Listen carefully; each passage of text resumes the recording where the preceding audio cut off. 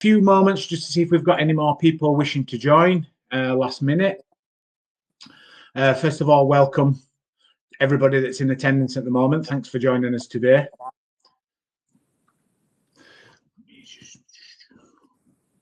Right, okay, let me just have a quick look. I don't think we're going to get any more joiners, so I'm going to make a start. So, hello, welcome to our webinar on tendering and how to win more business. My name is Robert Crosby, and I've been working for for Citation ISO certification for 5 years now. I specialize in management systems for 9001 quality, 14001 environment, and 45001 health and safety. I also do 27001 information security, amongst others. And it is with great pleasure I am going to introduce our star guest today, James Kent. James, over to you. Hi there. Thanks, Rob. Welcome, everybody. Yeah, my name is James Kent from Your Tender Team. We're a partner for Citation, and we're a bid writing company specialising in writing and reviewing tenders for clients wanting to grow their business through tendering. I'm here today to cast some expertise on the art of tendering, support Citation, a number of these webinars. So hopefully you find it useful. And thanks for inviting me, Rob. No problem at all. If anybody should have any questions while we're running through the webinar, you will see that you've got a chat box on the right-hand side of your page for everybody that's attending. It may actually be that we actually answer some of these questions while we're naturally going through the webinar itself, but certainly don't be afraid to ask a question. It is one of my favourite parts of any webinar. And I'm sure James is here on hand to answer any questions that you may have as well. So as a team, we'll be able to answer those questions at the end of the webinar, and they'll be moderated by our moderator in the background. So as I said, do not be afraid to ask any questions when we will obviously endeavour to help you as much as we can.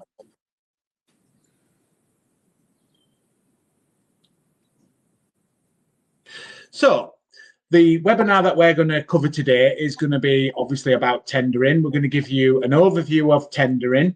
We're going to give you some top tips and guidance about tendering. We will also indicate how you yourselves can identify the right contracts for tendering. We'll be discussing ISOs and SSIP for the win. More on that later. We'll also be providing, with James's help here, insights from bid writing and winning specialists in there. Hopefully James can obviously give some insights into some common mistakes that James sees when bids are being generated and what to watch out for. And also you'll have the opportunity to get in touch with myself, James, or even the Citation group as a wider group there. So essentially, we'll be also offering some contact emails, and I think my moderator has kindly put them in the chat for you. So feel free to take a note of them. And that will allow you to get in touch after the webinar if you require further guidance or you require a further conversation about anything that's discussed in today's webinar. Just a bit about Citation ISO certification. So we offer obviously a complete ISO certification solution there. We will help you obviously tailor make your management systems around your business to help you achieve your ISO certification. We've accredited over 30,000 management systems and helped implement them over the last 30 years. We have 60 plus consultants nationwide, and that's growing. So it shows obviously we're a very busy business there. And we've also been in business for 30 years. So rest assured you're with the right people if you're thinking about ISOs. James, would you like to give us a bit of an insight into your area? Yeah, a little bit about Your Tender Team. We're a bid writing company, as I touched on. So we either write your responses to the quality questions or review yours that you've written before you submit. We've won over £5 billion worth of tenders in the last 7 years in the UK. And we've got a 90+% win rate for everything that we write. There's a slide later on that covers a little bit more about us, but that should be enough for now. Thank you.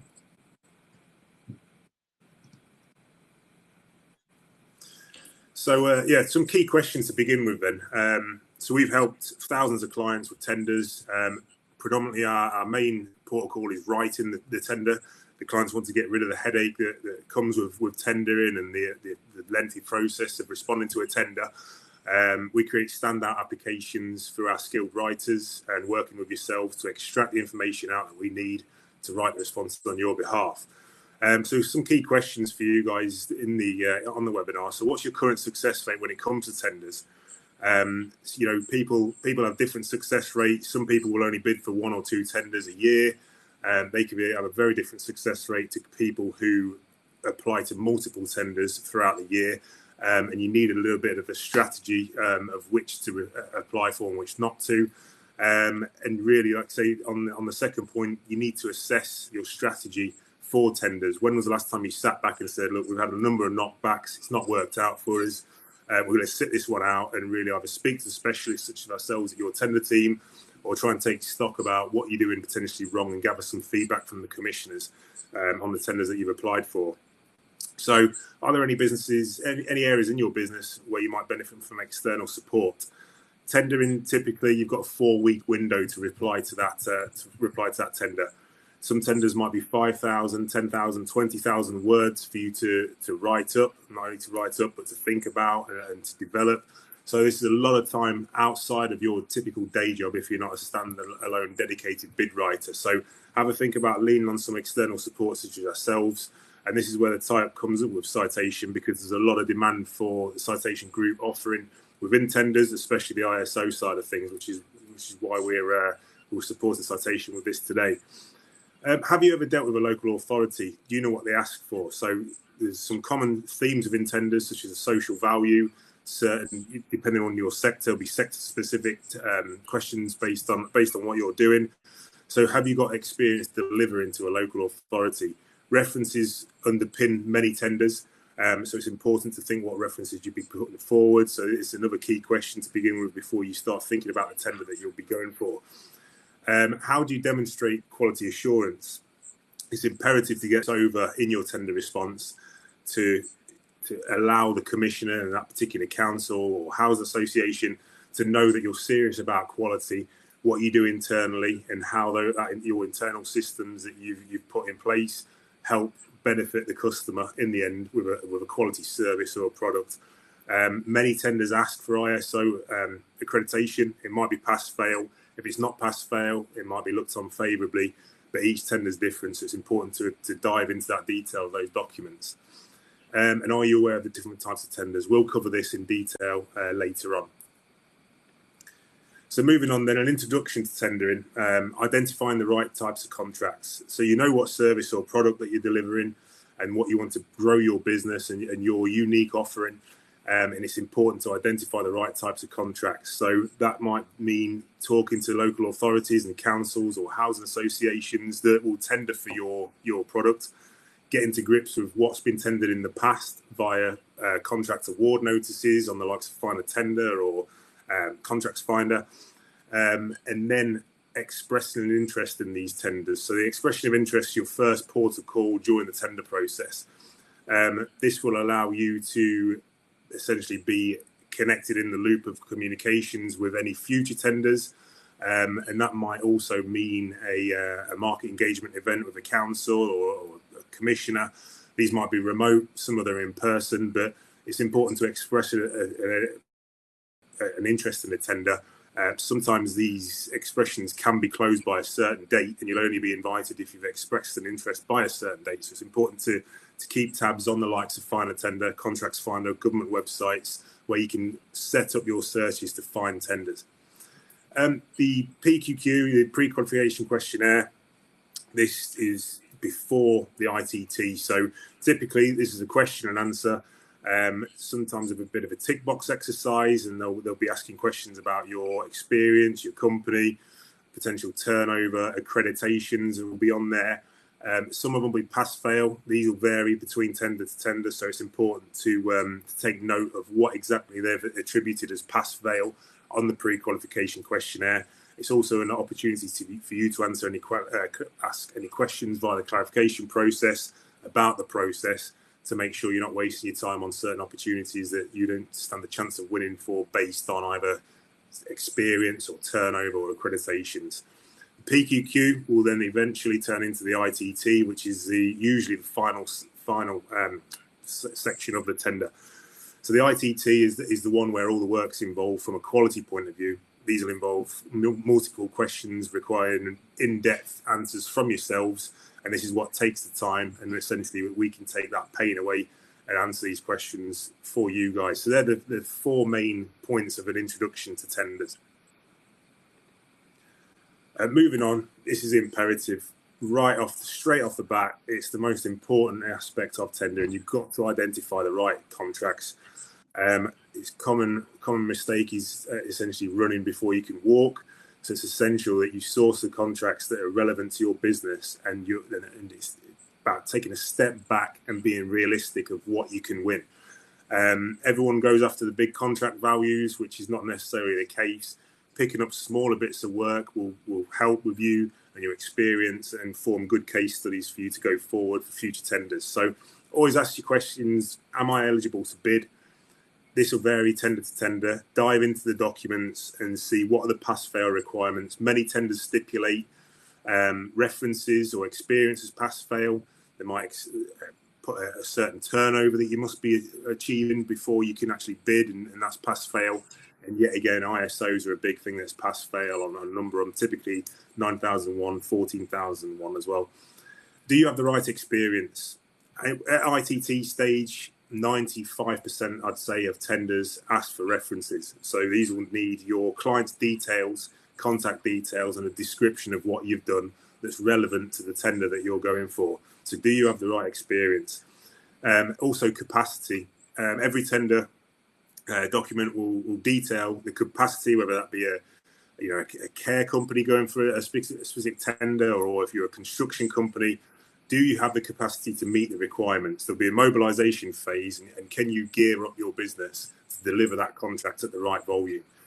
And what will I need to consider if I'm successful? Big one is obviously the staffing and moving forward through into the ISOs and the accreditations from there. Where to find them? This is a nice brief one. You can find them on our website, and you can find them mainly on the Contracts Finder and the Find a Tender website. They're both government websites. You can set your own searches up based on your CPV code to come through to you when a new tender has been released. You can also find historic tender notices and also award contract notices to see who in your sector is winning what in your particular environment. So the expression of interest there we touched on, it just lets the buyer know that you're interested in submitting a bid and doing business with them. The sooner you do this, the better. You don't want to miss out on any market engagement events, or sometimes they even release slides from a market engagement event that's been released in the past. So the sooner you do this, the better. They're either virtual or in person, so it's good to judge the room, see who else is there, what type of bidders that this opportunity is attracting, and it also gives you a good opportunity to ask any questions. So moving on to the PQQ then. And essentially, this is the first hurdle you potentially fall at, and it's a way of sifting out businesses that have applied that might not meet the criteria, and then the successful businesses at PQQ stage will be invited through to the ITT stage. Is probably the best way of summarising this. So it's just to confirm that you meet the minimum standards. So that might be accreditations, turnover, experience. Some particular sectors, you need a presence in the areas, particularly in the care environment. You need a registered office in a certain area sometimes for tenders. It might need, at the PQQ, it also will probably dive into your references and your description of your experience. Essentially, the PQQ will probably have less work in terms of a labour point of view for you guys to write a tender than the ITT. So it's really to hammer home your skills and your resources. It'll ask for a number of your policies. It might ask for company accounts, but it's really to give assurances that you're in the right room. You know what you're doing. You deserve that invite through to the ITT. So the common mistake that people make is not put the effort in on PQQ, which is totally not advisable. You've got to put that effort in to get invited to that second stage.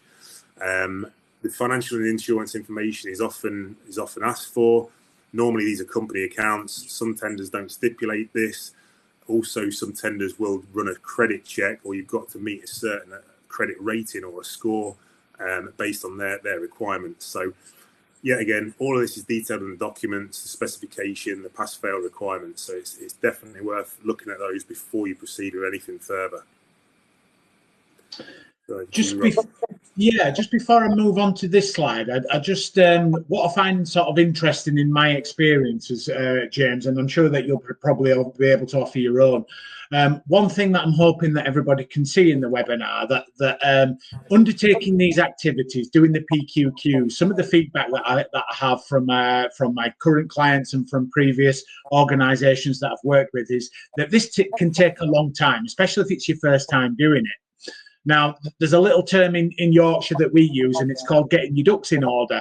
And I think, as anybody can appreciate, if some of those topics that James has covered, if all those elements are correct from the start, again, not only are you going to save time for future submissions, you're also going to show aptitude in actually generating the information that your potential clients want. So just think about keeping those ducks in order, and once those ducks are in order, all these things should start to fall into place, because it may take a bit of practice to do in the first instance.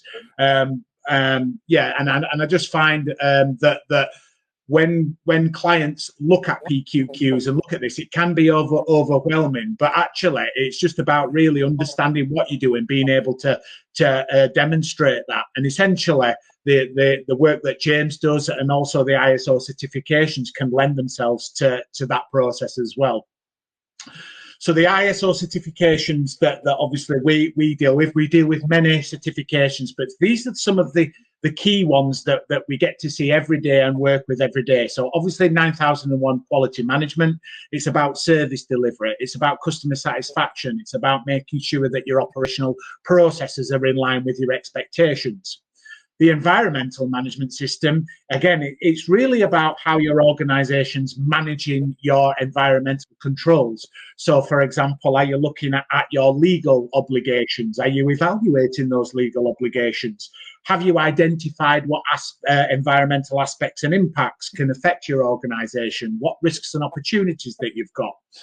Essentially, by gaining certification to these standards, you are being recognized at being at a certain level, okay? And it's the same with the 45001 health and safety. Are you maintaining risk assessments? Do you have SOPs? For many people, the ISO 45001, and a lot of clients won't actually realize this. They'll actually be compliant to a lot of ISO 45001 if they've got a certain number of employees. So, for example, if you are aware of the Health and Safety at Work Act and the management regulations, essentially that encourages organisations to implement health and safety management systems. Obviously, the ISO 45001 is that recognition to say that you've got all your ducks in order for health and safety. And then when we're thinking about information security, not everybody goes for information security, but it is one of our upcoming and most popular standards that we're working with clients with. So this is about information security, how you manage your electronic systems and platforms, how you manage your recruitment to a certain extent, and how that impacts on your own platforms. And it also gets you to look at your information assets as well. So there's 4 key ISO certifications, and James, would you agree that you see reference to these in things like PQQs and things? Yeah, definitely. So normally the way a tender is actually worded, it will say, please confirm if you have the ISO 9001 or any of the ones that Rob's flagged up. Yes, no. Sometimes they're pass-fail, so you will fail at that first stage and there's no point in taking it any further. Sometimes they'll ask you to upload the certificate, or sometimes it will say, do you commit to obtaining one of these accreditations if you are successful in the tender? But definitely they are cropping up, and there's other, within the citation group, and a spin-off onto the ISO 27001 is always the Cyber Essentials Plus side of things as well. Particularly government-based tenders, the Crown Commercial Services, that is a pass-fail Cyber Essentials. So you do need to set yourself up from the get-go and get these things working in the background before you start thinking about the tenders. Yeah, and I think once clients have gained, for example, one of the certifications that you see on the presentation window there, is it fair to say that you're obviously awarded more points and recognition for actually having those in place, as opposed to maybe not having a certified system there? So on some tenders, when you look at the evaluation criteria, when you come to the quality section, and they've asked explicitly, do you have any of these ISOs? Often on the evaluation criteria, points will be scored higher if you do hold these. If you don't, you have to go into your own quality management system and describe how it's almost as good as an official accredited system, which doesn't really cut the mustard. So it does look on more favourably. There's more things to talk about in the tender as well, that you are governed by these processes and that you've embedded and you've invested in these processes. So yeah, always review the evaluation criteria to see if you will score more points on here, and it is common. And I think just to sort of finalise this particular slide, I think by gaining these certifications, a lot of people will say, "Oh, I've got that badge," or "I've now got that badge." Well, I think with a management system, it's an holistic approach. It's about continual improvement. For me, as an implementer and an advisor on management system, it is actually more than just a badge. It will give your own brand prestige as well. And as I say, it shows that you're capable to a recognised level in those particular areas, stroke standards. That's great. Thanks for that, James. So how does this all link into SMAS WorkSafe accreditation? So if nobody's not aware of what SMAS is the Safety Management Advisory Services, and they're basically they're used to demonstrate your accreditation to health and safety standards. Now, you will also see SSIP mentioned on this slide as well. And again, that's like a mutual recognition scheme for occupational health and safety standards, particularly within the construction industry. We find a lot of SSIP that's linked to this.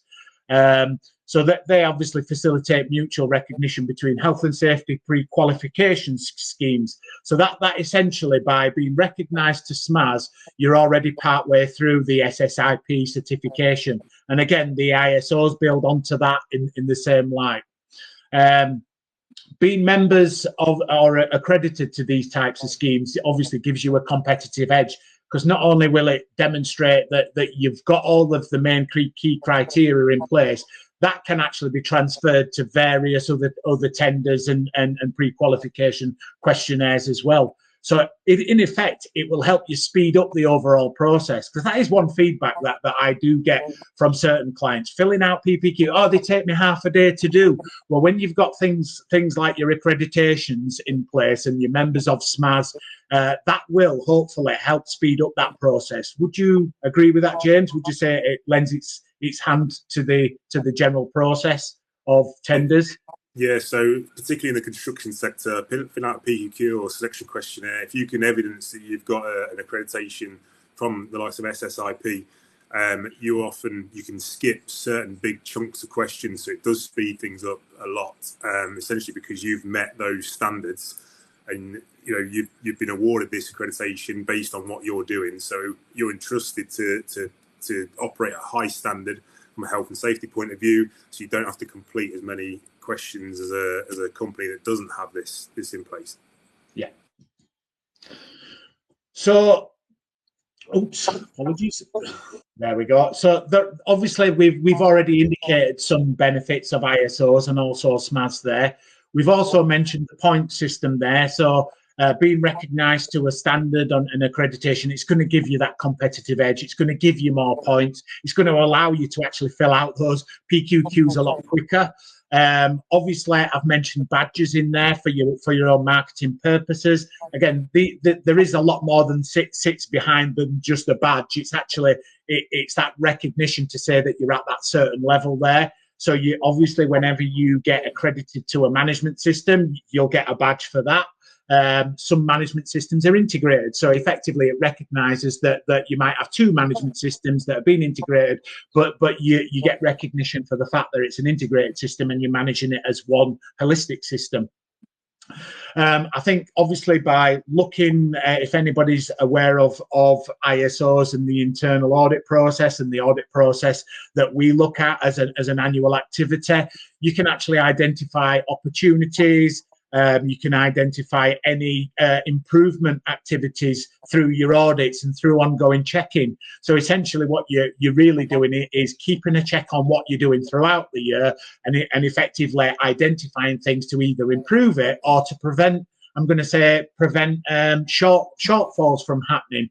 And in essence, if we're getting shortfalls in our management system or in your operational processes, it could actually cause you more hassle later on. So it could affect your reputation of the company. It could cause a department to spend an extra day on administration because you're not getting it right at source. And again, a management system will help you to identify those things and also help you to manage them going forward. And then essentially the SMAS and the ISO will provide you with a framework for your business that will help you to manage it in a pretty much a straightforward way. We have many clients who, when they initially go for things like an ISO, that they're very daunted by it, but they go through a consultation with Citation ISO certification.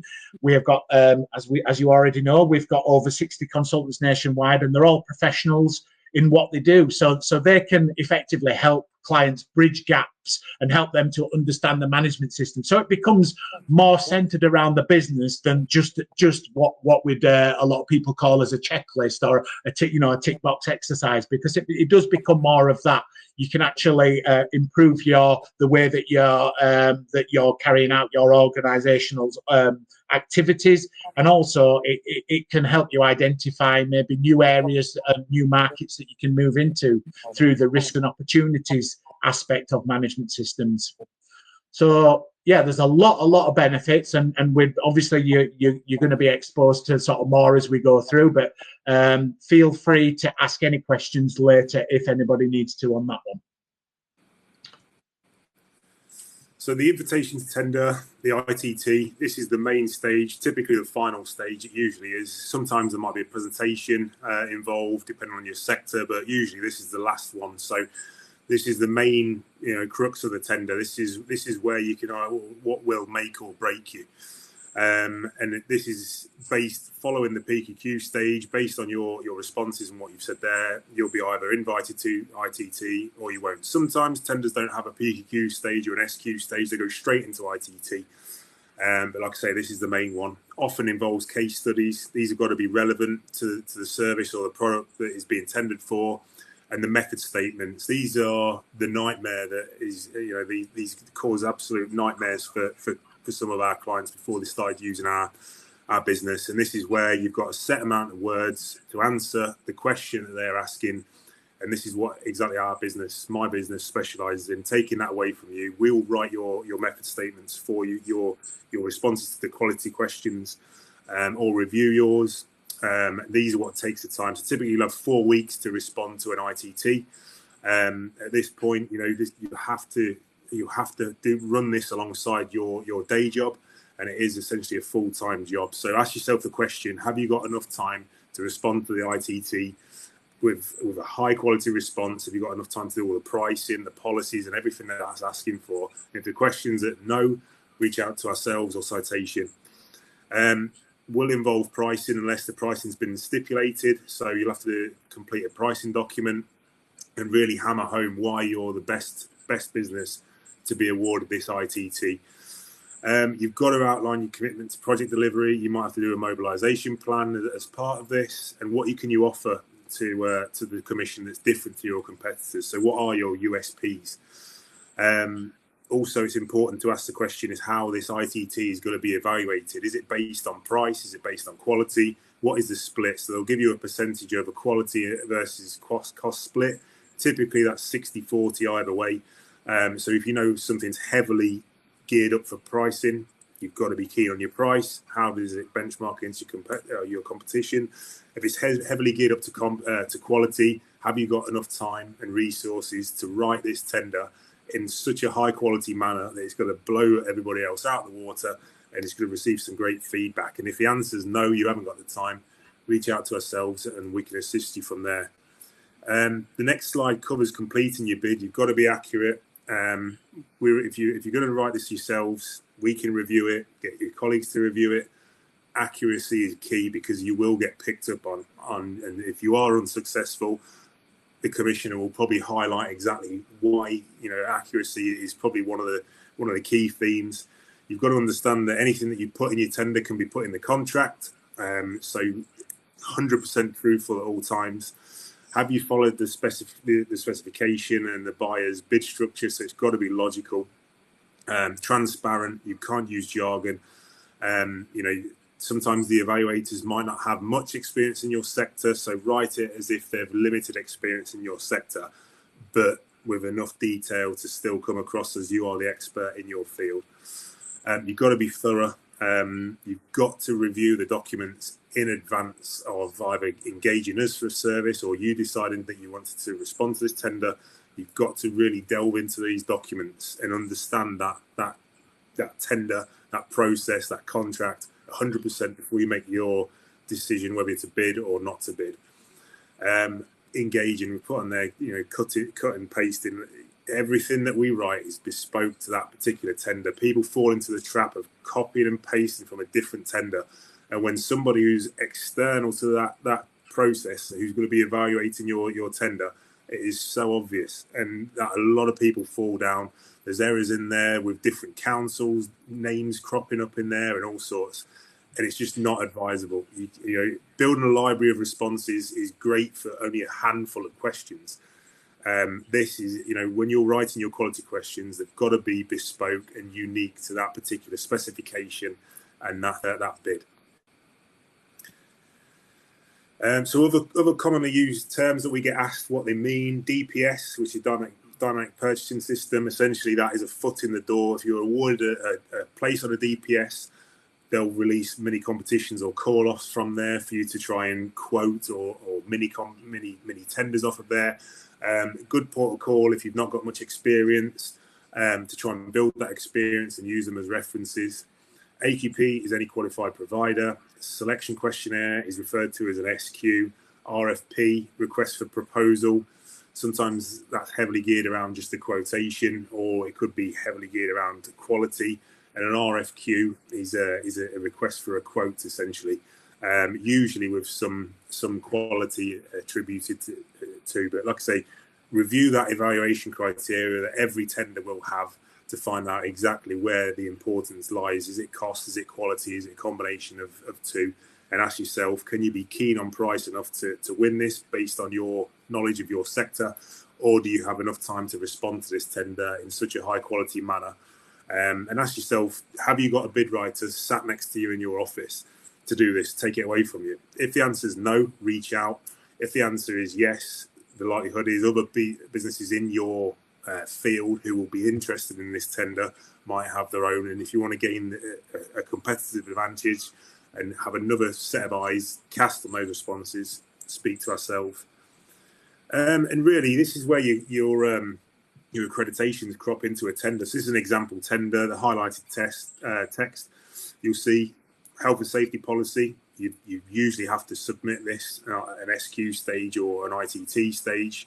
Example method statements and example risk assessments. So your RAMs, it's often that you have to put forward RAMs in support of your tender, and they will be scrutinised and make no bones about it. You can lose a tender based on your policies and your RAMs. So it's very important to get these lined up in the first place and get them bulletproof as best you can.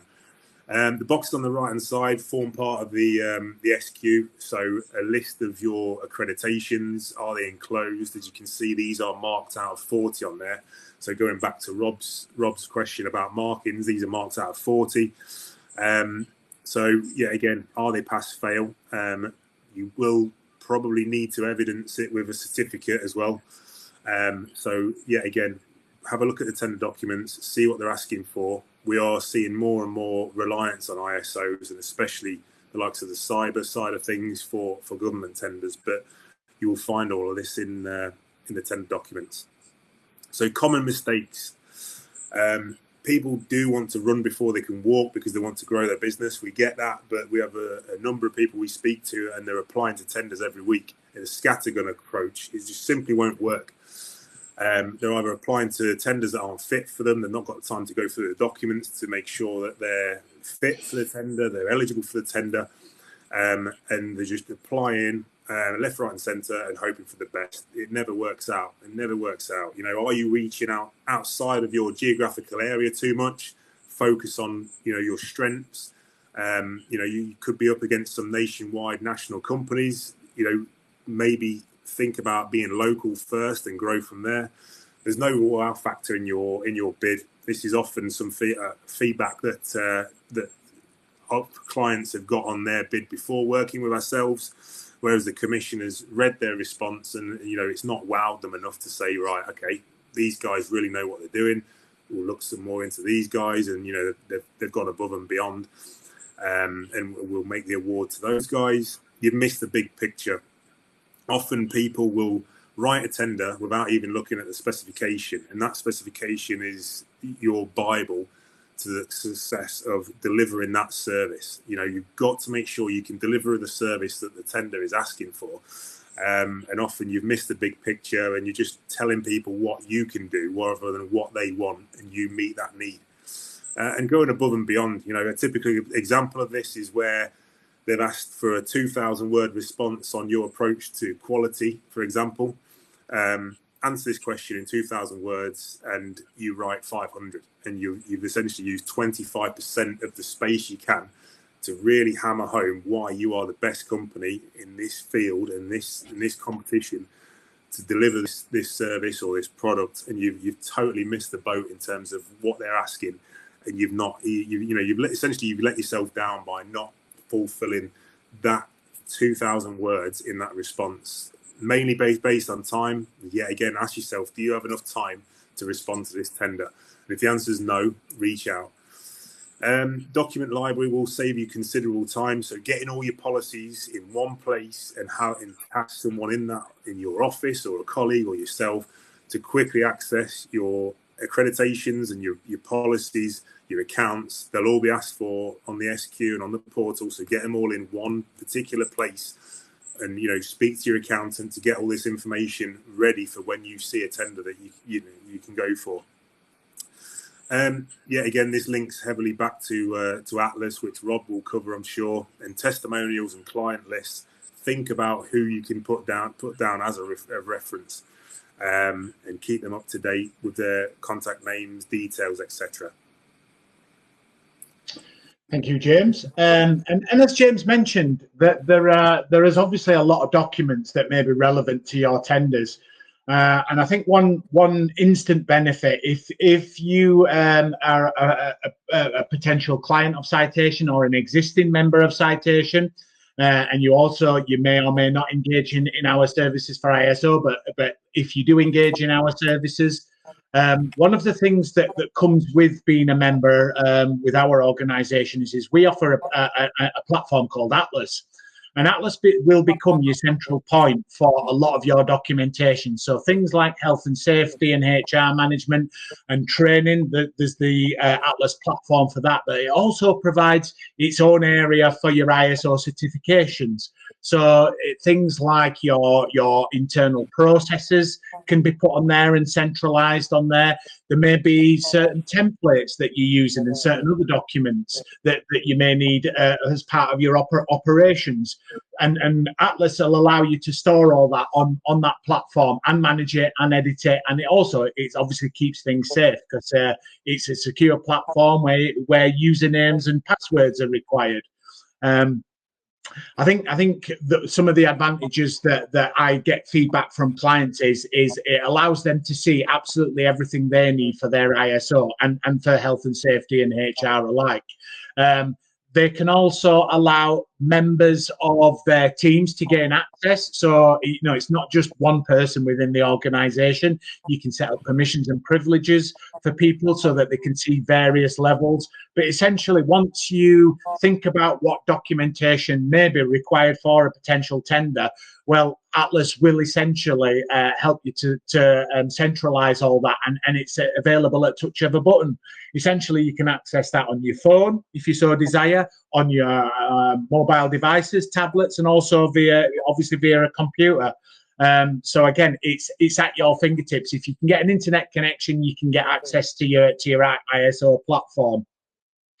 Again, I think one of the other benefits of that is it helps you to make sure that your operational processes are kept up to date as well. It makes sure, for example, if you do undertake an ISO, it makes sure that you're setting up your internal audits and you're setting up your management reviews, and it helps retain those records as well. Plus, it obviously helps to maintain your badges and also your actual certificates for your particular ISO, if you choose to go down one or if you've already got one. Essentially, it's all in one place, and you don't have to be worried about it needing to be lost in one folder or another, because we know from experience everybody likes to set up their own folders, and things can get lost even though it's still there. People don't necessarily know where everything is. Well, at the Atlas platform centralizes all that. There is also a very good benefit to it for the learning side. There are CPD and a certified ROSPA approved e-learning courses on there that members of your teams can actually access and take in their own time. So again, if anybody's thinking about or currently undertaking a certificate for professional development, essentially that they'll be able to use some of those training activities there to help build up the points on there. And one overall platform feature that I find is very useful, when you log into the Atlas platform, it actually gives you a dashboard of where your management system is. So, for example, if you've raised non-conformances within your system, it'll give you a summary of them and the amount. If you have objectives to do over the next 12 months, 6 months, 24 months, it will actually help you to indicate that there's a point of reference there, that you've got X amount of objectives that are currently being looked at. So again, it's a very good platform for centralizing and keeping all your information and data together, and then it'll allow you to access that for whenever you need to produce it for things like your PQQs.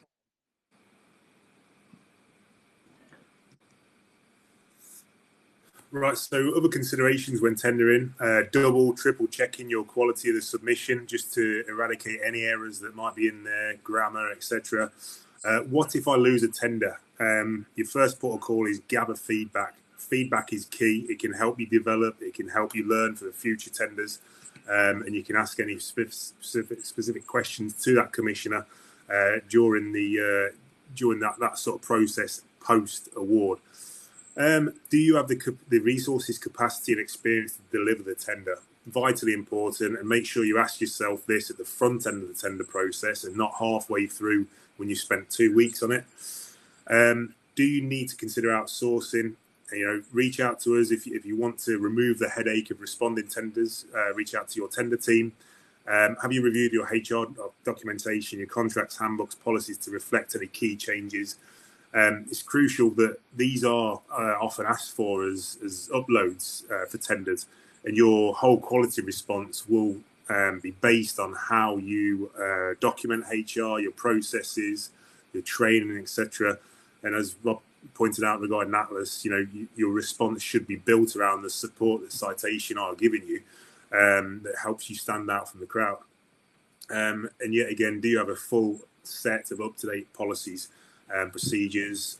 These are often requested to be uploaded, and a business continuity plan is vital. Yet again, there could be 1,000, 2,000 word response on this, and also they will ask for a supporting upload and your business continuity plan for them to review as well. So I think obviously leading up to the slide, Rob. Thank you, James. So leading up to this point, obviously there's a lot of emphasis put on people within your organisation trying to do the right thing and getting it right first time. Obviously, James's organisation is another avenue that you can also explore. But there are certain considerations when thinking about the staff and tendering. You want to make sure that people within your organisation have the right skills and knowledge for what they do, and I think that's fair to say across the board. We know that stress and anxiety can cause people to be off from work. So hence, obviously, it's causing absence from work. We want to make sure that you're thinking about your staff's training. Do they have refresher training? Do they need refresher training for certain things within your organisation? For example, health and safety first at work. That needs to be sort of retrained fairly periodically. And often most people will be going out to third parties that will actually help you deliver your first aid courses. Do you have the support measures in place so that employees know what to do and who they can speak to if they have actually any questions or they need to ask for any help? I'm certain that somebody who's never done a tender before or written a PQQ, they would love to speak to people who's done it so that they can get some of the insights, because ultimately everybody does want to get things right, but I think it's about just realizing some of the things that need to happen in the background to make sure that your staff are getting those activities correct. Operational change may cause employees to be to either leave the business. You may require additional knowledge as operational change because it might affect processes. It might affect the actual shop floor activities. So essentially, people again need to be trained, and the performance on their training obviously needs to be appraised. What development do you offer employees? And again, do you review their performance? Is it annually? Appraisals often fall into this, or do you review them more frequently, particularly when you've got new employees and new starters? Again, the ISO Atlas platform there, it does offer very a wide range of training opportunities on there. And again, as you become a member of Citation, those training activities will become available to you in there, and again, that they will all be some of them are CPD points awarded for them. Some of them are just general awareness, so things like awareness of ISO 9001, awareness of 27001. That will help start the ball rolling for a lot of employees and help them to understand actually what is the bigger picture, what is it that your quality manager gets up to. Can I have an awareness of it?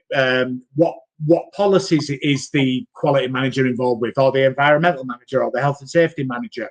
So I think what we're really sort of trying to understand is broadening in the horizons for people's development, helping them to understand the work that maybe other people in the organisation are doing. Can they actually help? Do they need more training?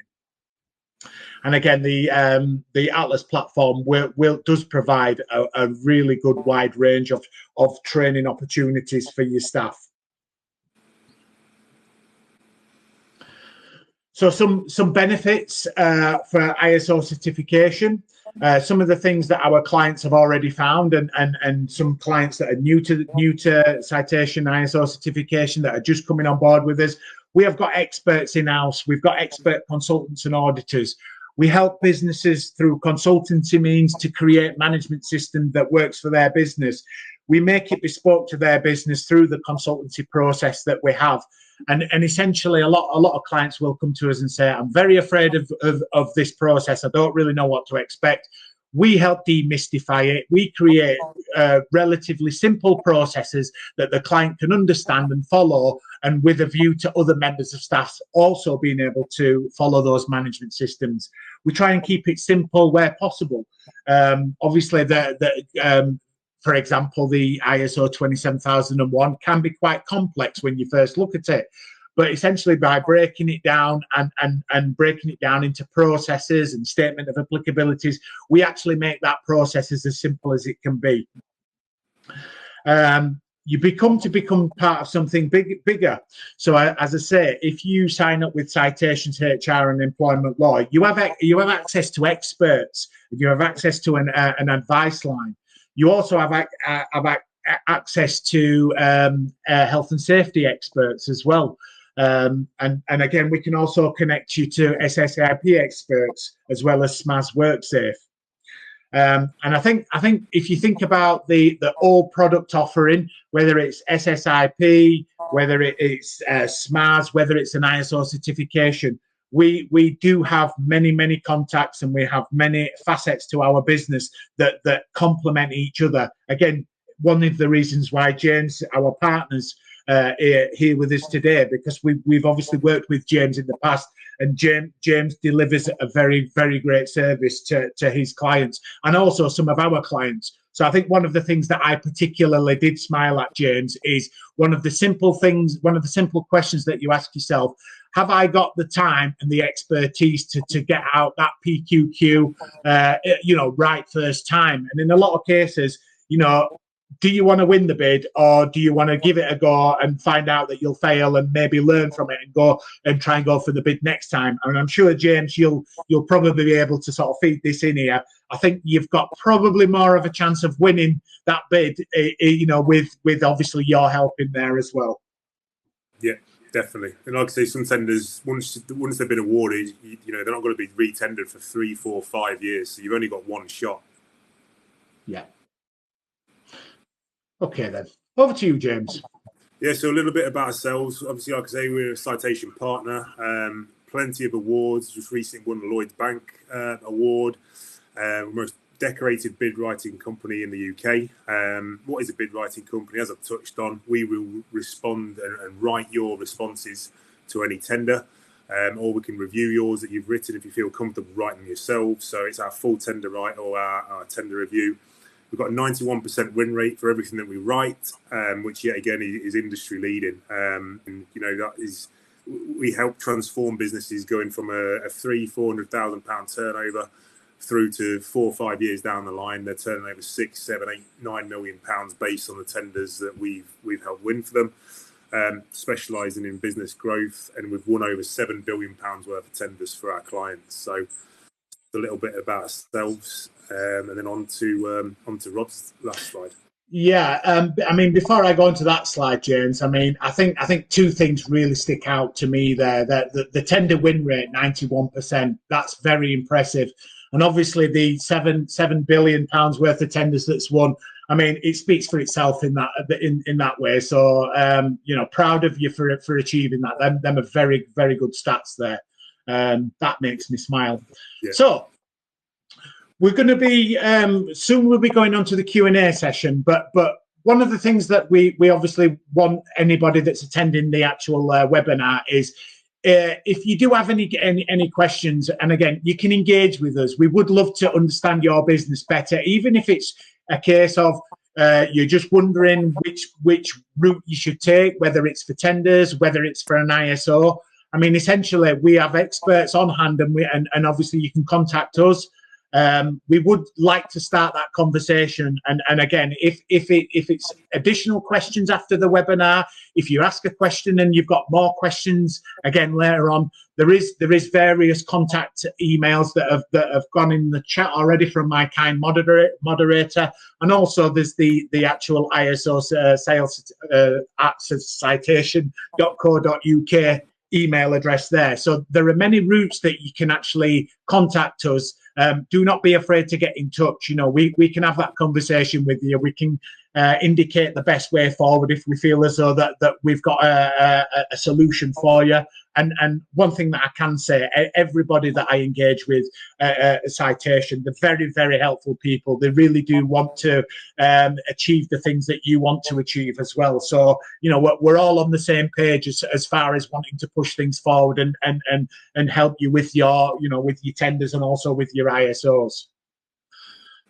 So to that note, what I would like to do is not finally conclude the actual webinar, but certainly now open up the floor for any questions that may have come in. Now I can see that there has been some questions, I think, that's come in, and my moderator will help there. So question for me, I think we currently have 9,001 and 14,001. Do you think we also require 45,001, 27,001? great question there from Dion. So I think with this one, if you already have 9,001 and 14,001, you're probably already about 75% of the way there for 45,001. Now with the 27,001, it is information security, and my personal view is every business should have 45,001, especially if you've got over 5 employees. I mean, just a very bit of background on there. With the 45,001, the management regs, I think 1999, and the Health and Safety at Work Act, it alludes to the fact that businesses should have a health and safety management system in place. It doesn't say you should have 45,001. However, if you went for 45,001 and got the certification for it, you would already be compliant to those requirements. Sorry, it's HSG 65. So that's Health and Safety Guidance 65 that can be found on the HSE website.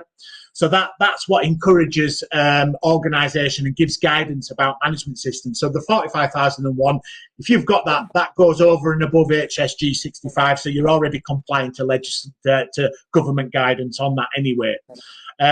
If you're, as I say, I would encourage us all businesses to go for 45,001.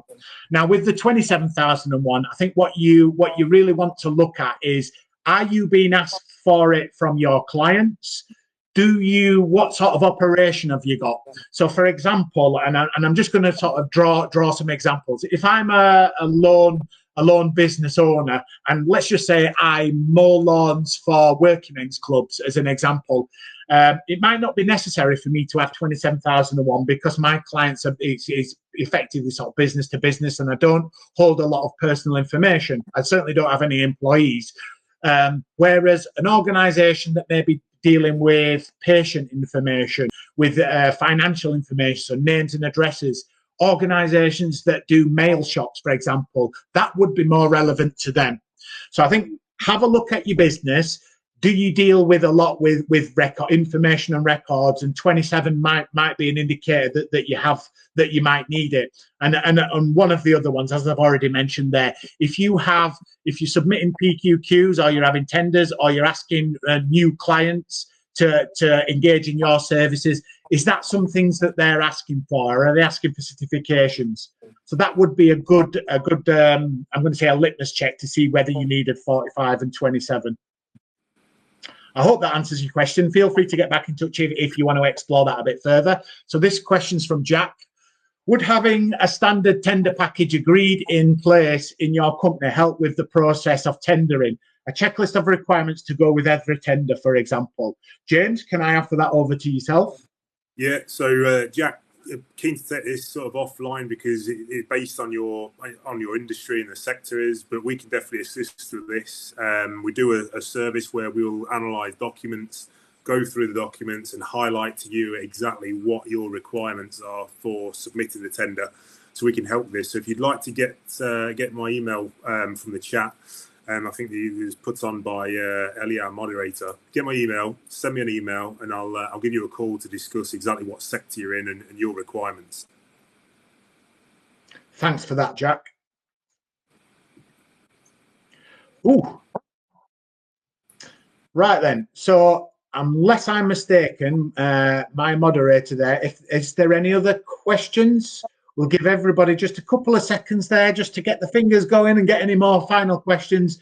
Please feel free to ask any questions you've got, no matter how big or small. As I say, and even if after the webinar itself, again, you can contact our team from one of the contact email addresses that we are providing you with there. Right, James. I don't think that there's any more questions coming in. Do you have anything further, James, that you may want to add? It's just a case of, maybe reviewing this webinar again and seeing those key points. Don't run before you can walk. And if you are you've set yourself up with all the right policies, all the right accreditations, all the structure, all the foundations to tender, and you find a tender that you're interested in, and you look at the documents and think, no, that is way above what I've got time for or my skill set, reach out to ourselves, and we'll more than happily, go have a look at the tender for you and come back to you and try and work with you to get that win. Thank you, James. And again, it's very much same for the ISOs. If you do have any questions on there, or even about the Atlas platform, etc., what's on there, feel free to get in touch. We maybe even be able to sort of show you a demo over a Teams call, etc. So yeah, do not be afraid to get in touch. I just first of all, I'd like to thank our guest speaker, James Kent. Thank you ever so much for your time, James. I know that you're a very busy gentleman there.